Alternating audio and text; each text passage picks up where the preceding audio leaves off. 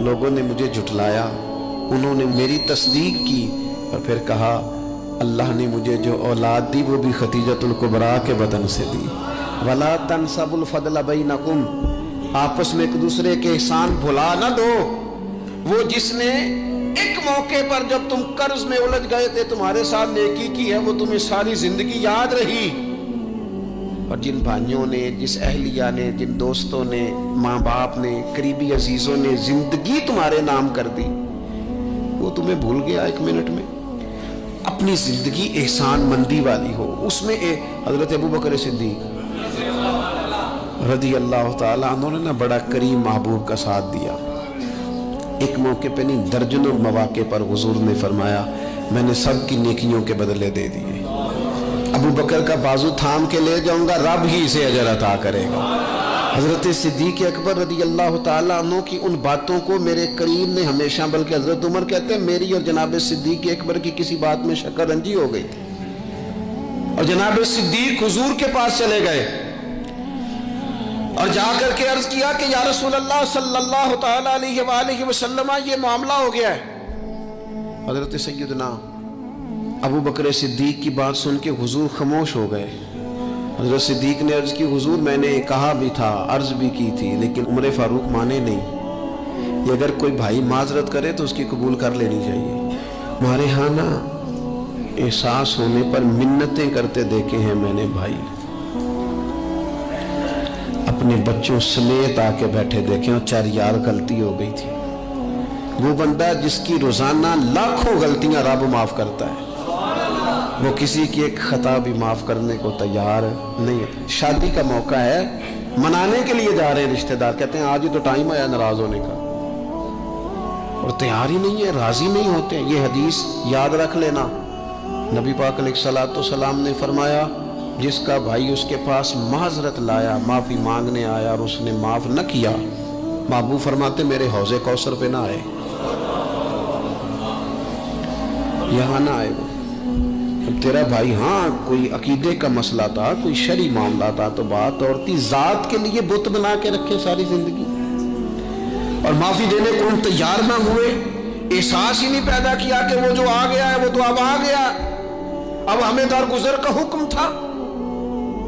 حضرت ابوبکر صدیق رضی اللہ تعالیٰ عنہ نے معذرت چاہی، لیکن جناب عمر کے مزاج میں جلال تھا، وہ ناراض ہیں۔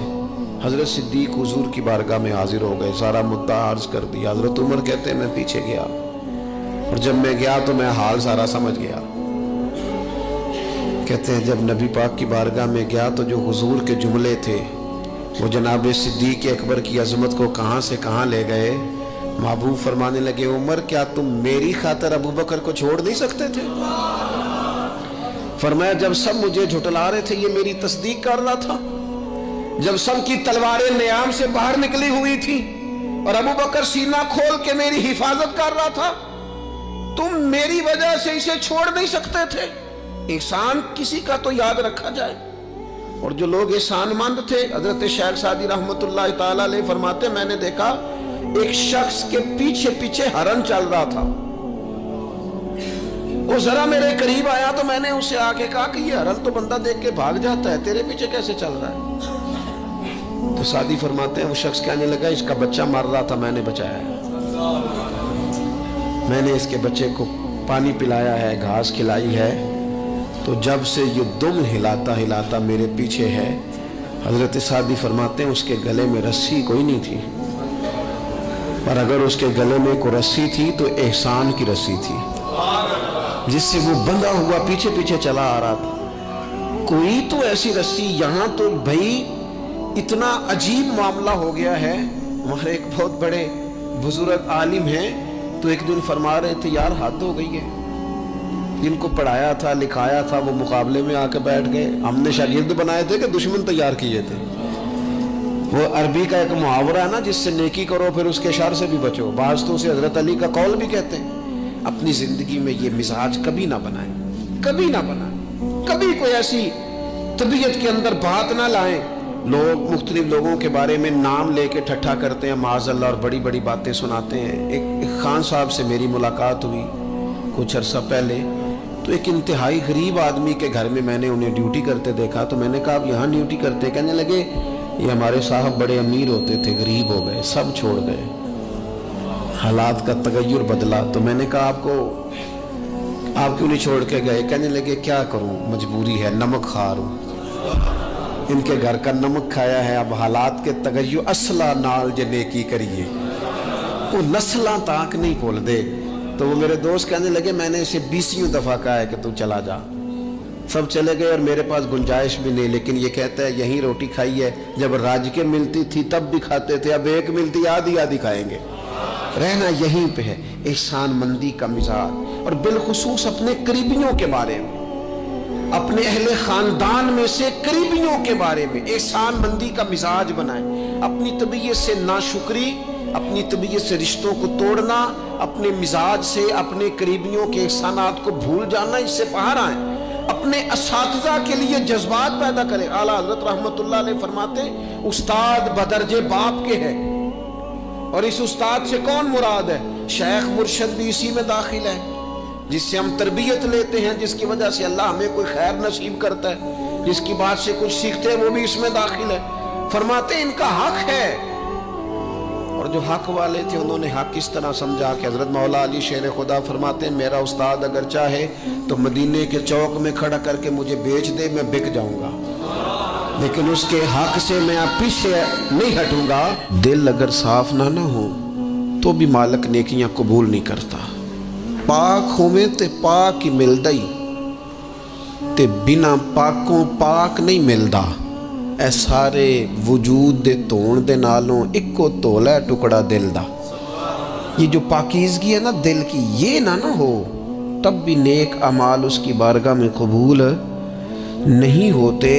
نیک اعمال کی قبولیت کے لیے دل کا صاف ہونا، کشادہ ہونا، کھلا ہونا، یہ بھی ضروری ہے۔ دل میں بوجھ ہو، عداوت ہو، حسد ہو، لوگوں کے لیے کینہ بھرا ہوا ہو اور اعمال قبول ہو جائیں نہ۔ اس کریم کے کچھ فیصلے ہیں، وہ اعمال کی قبولیت کے آداب بتاتا ہے۔ وہ کہتے ہیں میری مرضی سے کرو گے تو میں قبول کروں گا۔ حدیث پاک آپ کو صحیح مسلم میں ملے گی۔ نبی پاک صلی اللہ تعالی علیہ وسلم فرماتے سوموار اور جمعرات والے دن لوگوں کے اعمال اللہ کی بارگاہ میں پیش کیے جاتے ہیں۔ دو مسلمانوں کے، دو بھائیوں کے اعمال رب کی بارگاہ میں پیش کیے جاتے ہیں۔ اعمال ہیں، نیک اعمال ہے، نیکی ہے، نماز ہے، روزہ ہے، حج ہے، زکوٰۃ ہے، صدقات ہے، وہ نیک اعمال اللہ کی بارگاہ میں جمعرات اور پیر کو پیش کیے جاتے ہیں۔ رب کریم فرماتے ٹھہر جو ذرا ان کے اعمال کو روک دو۔ یا اللہ کیوں؟ فرمائے اس لیے کہ ان کے آپس میں نا دلوں میں نفرت ہے، گھٹن ہے، عداوت ہے، ان کو ذرا مہلت دو، یہ پہلے صلح کر لیں پھر ان کے اعمال بھی قبول کر لیں گے۔ کہ نہ عداوتیں پالی ہوئی ہیں، اپنے دلوں کے اندر گھٹن پیدا کی ہوئی، اختلاف کہاں نہیں ہوتا، لیکن نفرتیں پیدا کر لینا۔ کیا جرم کیا ہے بھائی نے؟ کون سا کفر کر بیٹھے ہیں رشتہ دار؟ کون سی ایسی بات نکل گئی ہے جو زندگی کے ناطے توڑ کے بیٹھ گئے ہم؟ رب کہتا ہے نہیں قبول ہوں گے ابھی اس کے اعمال، روک دو جب تک یہ آپس میں صلح نہ کر لے۔ مسجد میں بھی پابندی سے آؤ، فجر کی جماعت بھی نہیں چھوٹنی چاہیے، جمعے والے دن بھی وقت پہ آؤ، لیکن اگر قبولیت کرانی ہے تو 20 منٹ نکال کے نا اس رشتہ دار کے گھر بھی چلے جاؤ جس سے ناراضگی چل رہی ہے، تھوڑا سا نا ادھر بھی ایک چکر لگاؤ، اس لیے کہ وہ کہتا ہے قبول ہی تب کرنا۔ 17 رمضان مبارک کو جنگ بدر ہوئی۔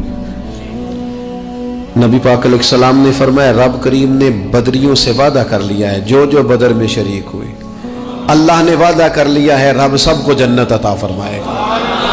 اہل بدر میں سے کوئی شخص آتا نا تو صحابہ اٹھ کے اس کا استقبال کرتے۔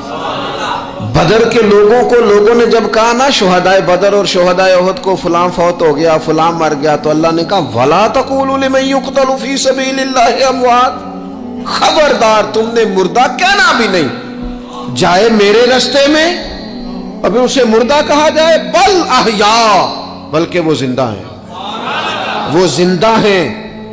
تم شعور نہیں رکھتے ان کی زندگی کا تو تم نے مردہ کہہ دیا، وہ تو زندہ ہے۔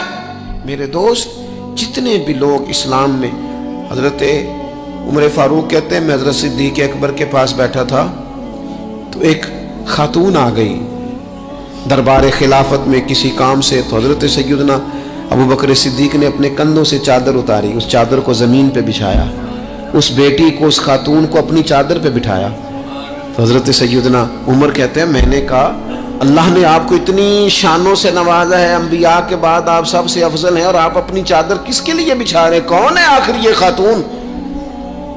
تو حضرت ابو بکر صدیق فرمانے لگے حضرت سعد بن ربیع رضی اللہ تعالیٰ عنہ نے میدان احد میں حضور کے قدموں میں جان قربان کی تھی۔ میں نے کہا ہاں، کہنے لگے یہ اسی سعد بن ربیع کی بیٹی ہے، یہ آج آئی ہے۔ اور ہمارے ملک میں کیا ہوا؟ کبھی پلٹ کے دیکھنا شہداء کے خاندان کس کیفیت میں، کبھی پلٹ کے دیکھنا سرحدوں پہ جان دینے والوں کے بچوں کی کیفیت کیا ہے۔ کبھی کسی تقریب میں بلا لیا جاتا ہے، 2 جملے کہہ دیے جاتے ہیں، کوئی ایک آدھ میڈل بھی دے دیا جاتا ہے، لیکن کبھی پلٹ کے دیکھنا ان کی کیفیات کیا ہیں، ان کا خیال رکھا، ان چیزوں کو غور کیا گیا۔ کسی نے اگر کسی مقام پہ کوئی نیکی کی تو اس نیکی کا اعزاز رکھا گیا۔ میں نے تو اپنی زندگی میں دیکھا ہے، بڑا چھوٹا آدمی ہوں لیکن میں نے دیکھا ہے دین کا کام آپ تھوڑا کرتے ہیں، رب آپ کو اجر اتنا عطا کرتا ہے، اتنا عطا کرتا ہے کہ انسان شرمندگی میں پانی پانی ہوتا جاتا ہے کہ یہ تو بالکل میری اوقات ہی نہیں تھی، یہ تو کیفیات ہی نہیں تھی، یہ اس مسجد کے نقشے کی جب بات چل رہی تھی تو نقشہ منظور کرنے والوں میں سے ایک صاحب نے مجھے کہا اتنی بڑی مسجد بنا رہے ہیں تو وہاں تو آبادی کوئی نہیں، تو اتنی بڑی مسجد بنا رہے ہیں تو لوگ کہاں سے آئیں گے؟ تو میں نے کہا ہمیں تو پہلے بھی نہیں پتا کہاں سے آتے ہیں۔ وہ کہنے لگے نہیں پھر بھی کوئی اندازہ تو ہو۔ میں نے کہا کہ چلے مسلمان پر ویسے ہی اعتبار کرنا چاہیے، تو میں تو ویسے ہی پگڑی داڑھی والا ہوں، سچ بتاتا ہوں مجھے نہیں پتا کہاں سے آئیں گے، پر امید ہے کہ آ جائیں گے۔ اب جو آ رہے ہیں وہ مجھے صرف ایک ہی بات کہہ رہے ہیں تہاڈی جگہ تھوڑی ہے، اے جگہ ذرا بدا لو۔ میں نے کہا ذرا ٹھہر جاؤ، جو چیزیں ہو رہی ہیں ان کو ذرا مینج کر لیں۔ دیکھو اللہ تبارک و تعالی، اللہ کا رسول دین کسی کا قرض نہیں رکھتا، ہمارے مخلص ہونے میں دیر ہوتی ہے، ہم اور جلدی شکوہ کرتے ہیں اپنی زبان پہ، اللہ تعالی ہمیں معاف فرمائے۔ بعض اوقات نہ چاہتے ہوئے کچھ ایسی باتیں آ جاتی ہیں جن میں بعد میں شرمندہ ہوتے ہیں، یار یہ جملہ کیوں کہا، دین تو بڑا اعزاز دینے والا۔ اپنے محسنوں کا شکریہ ادا کریں۔ آپ یقین کریں میں نے زندگی میں ایسے اساتذہ دیکھے جن کا مقصود تنخواہ لینا نہیں تھا، پڑھانا تھا، اور انہوں نے جیب سے خرچ دے کے بچوں کو پڑھایا، دل لگایا، جدوجہد کی۔ ایسے مشائخ دیکھے جنہوں نے وارفتگی کے ساتھ لوگوں کو دین کی طرف قائل کیا۔ اب نہ زمانے میں تکلف پیدا ہو رہا ہے، اب طبیعتیں احسان مند نہیں رہی۔ بچے اپنے ماں باپ سے جب یہ کہیں کہ آپ نے ہمارے لیے کیا کیا ہے، اور جب شاگرد اٹھ کے اپنے استاد سے کہیں کہ اگر پڑھایا ہے تو فیس نہیں لی، مفت پڑھایا ہے۔ اگر کوئی بیوی اٹھ کے اپنے خامد سے کہہ دے، نبی پاک علیہ السلام نے فرمایا، بخاری میں موجود ہے، کہ ساری زندگی تم عورت کے ساتھ نیکی کرتے ہو لیکن تمہارا ایک عیب دیکھتی ہے تو وہ کہتی ہے میں نے تو کبھی تم میں کوئی بھلائی دیکھی نہیں، یہاں تو سکھ پایا ہی نہیں۔ فرمایا اس بنیاد پر کثرت سے عورتیں دوزخ میں جائیں گی۔ اور اگر وہ خاتون جس نے سارے دکھ سکھ دھوپ چھاؤ خامد کے ساتھ گزاری، اگر خامد اسی کو اٹھ کے تانا زنی کرے اور اس کے 2-1 کاموں کو بنیاد بنا کر کے یہ چیز نہیں ملی، یہ کپڑا وقت پہ استری ہوا نہیں ملا، اس کی زندگی کی ساری نیکیوں کو توڑ کے رکھ دے، یہاں تک کہ اس کے ماں باپ کے بارے میں بھی کمزور جملے کہے، تو اللہ کا قرآن کہتا ہے وَلَا تَنْسَوُا الْفَضْلَ بَيْنَكُمْ، آپس میں ایک دوسرے کا احسان بھول نہ جایا کرو۔ تھوڑا سا احسان مند رہیں، تھوڑا سا چیزوں کو سمجھیں، تھوڑا غور کریں۔ اگر یہ مزاج میں بات پیدا ہو جائے تو زمانے میں قرار آئے گا، ہم ایک دوسرے کی قدر کا احساس ہوگا، مل کے رہنا ہم پسند کریں گے، ہمارے اندر وہ چیزیں آئیں گی۔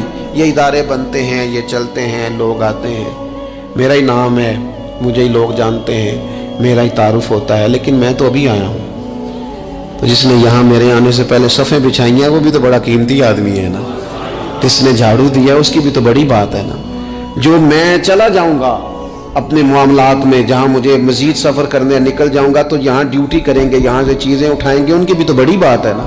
لیکن ہم احسان ماننے کو تیار، یعنی سو رہے ہیں سیٹھ صاحب گاڑی میں، پیر صاحب، علامہ صاحب سو رہے ہیں، ڈرائیور گاڑی چلا رہا ہے، وہ سویا ہوا پتہ نہیں کتنی دیر ہو گئی، ایک ذرا جگہ کسی جگہ بریک لگ گئی ہے تو آنکھ کھلتے کہتا ہے دھیان نہ چلا، او بھائی تو سویا ہوا تھا۔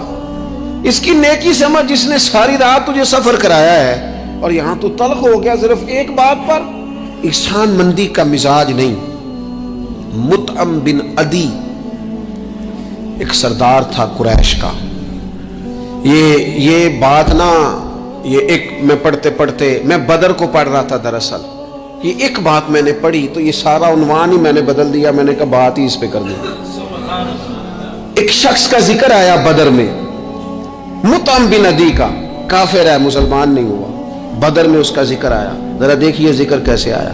نبی اکرم صلی اللہ تعالی علیہ وسلم جب طائف سے واپس آئے نا، تو جب کوئی شہر سے جاتا تھا واپس آتا تھا تو کسی کی پناہ میں آتا تھا تاکہ پھر اسے تکلیف نہ دے، اس دور کا رواج تھا۔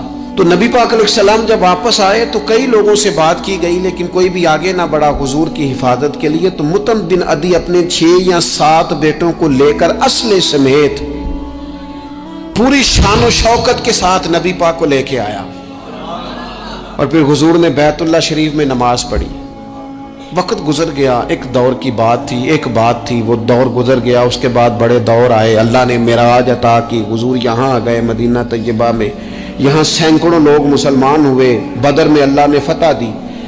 جب بدر کے قیدیوں کی بات چل رہی تھی نا، یہ جو لوگ قیدی ہو کے ہیں انہیں کس طرح چھوڑنا ہے، تو بڑے بڑے سردار مکے کے تیار تھے سفارش کے لیے آنے کے لیے کہ ان قیدیوں کو چھوڑ دیا جائے۔ یہاں بھی مشورہ ہو رہا تھا کیا کرنا ہے، قتل کر دیا جائے ان کفار کو، یہ بھی مشورہ تھا، فدیہ لے کے چھوڑ دیا جائے، یہ بھی مشورہ تھا، بہت ساری چیزیں ابھی طے ہونی تھی۔ تو ان ساری باتوں کے بیچ اچانک کیفیت بدلی۔ صحابہ کہتے ہیں باتیں ہوتے ہوتے ایک نیا رخ بات نے اختیار کیا۔ محبوب کریم اچانک فرمانے لگے آج اگر مطعم بن عدی زندہ ہوتا، کیونکہ فوت ہو گیا تھا، کہا آج اگر مطعم بن عدی زندہ ہوتا اور وہ مجھ سے آ کے کہتا ان قیدیوں کو چھوڑ دے، تو حضور فرماتے ہیں میں دیر نہ کرتا، فوراً ہی چھوڑ دیتا، چونکہ مجھے اس کی وہ نیکی یاد ہے، اس نے وہ جو اس وقت میرے ساتھ رویہ رکھا مجھے بھولا نہیں۔ صرف ایک بات آپ کی خدمت میں عرض کرنا چاہتا ہوں کہ اپنی زندگی میں نا وہ انسان بڑا چھوٹا ہوتا ہے جب ماں اسے وقت دیتی ہے، بڑا چھوٹا ہوتا ہے جب باپ اسے وقت دیتا ہے۔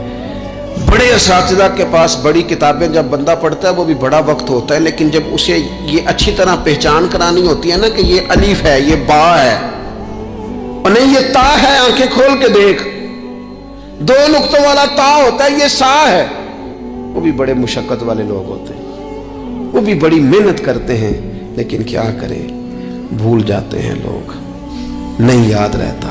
وہ جس کی بات سن کے اللہ نے دین کی توفیق دی، اس کی بات سن کے اس طرف مائل ہوئے، پھر ریسرچ کی اور پھر اسی کو ان پڑھ کہنا شروع کر دیا، پھر کہا کہ اوہو توجہ تو اس نے دلائی تھی پر یہ بندہ ہی ٹھیک نہیں۔ یہ ہمارے ہاں عجیب ناشکری کا اور احسان فراموشی کا مزاج آیا ہے۔ ہمیں ہمارا دین کہتا ہے آپس میں ایک دوسرے کے احسانوں کو بھلانا نہ، اور نیکی کا بدلہ ہمیشہ نیکی رکھنا۔ حضور نے فرمایا شکریہ ادا نہ کر سکو تو محسن کے لیے دعا ضرور کرنا۔ اپنی زندگی، یہ جو لوگ احسان مند ہوتے ہیں نا یہ بڑے نفیس لوگ ہوتے ہیں، یہ حدود کے اندر ہوتے ہیں، یہ بڑے باادب ہوتے ہیں، ان کی زندگی سلجھی ہوئی ہوتی ہے، ڈھلی ہوئی ہوتی ہے، یعنی یہ وہ لوگ ہوتے ہیں جن کا کوئی ہوتا ہے،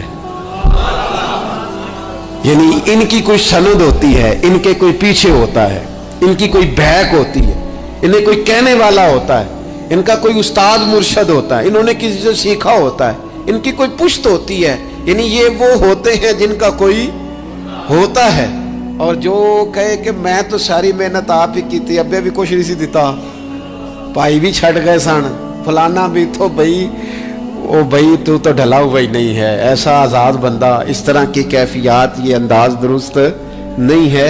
اپنی زندگی کو احسان مند بنائیں۔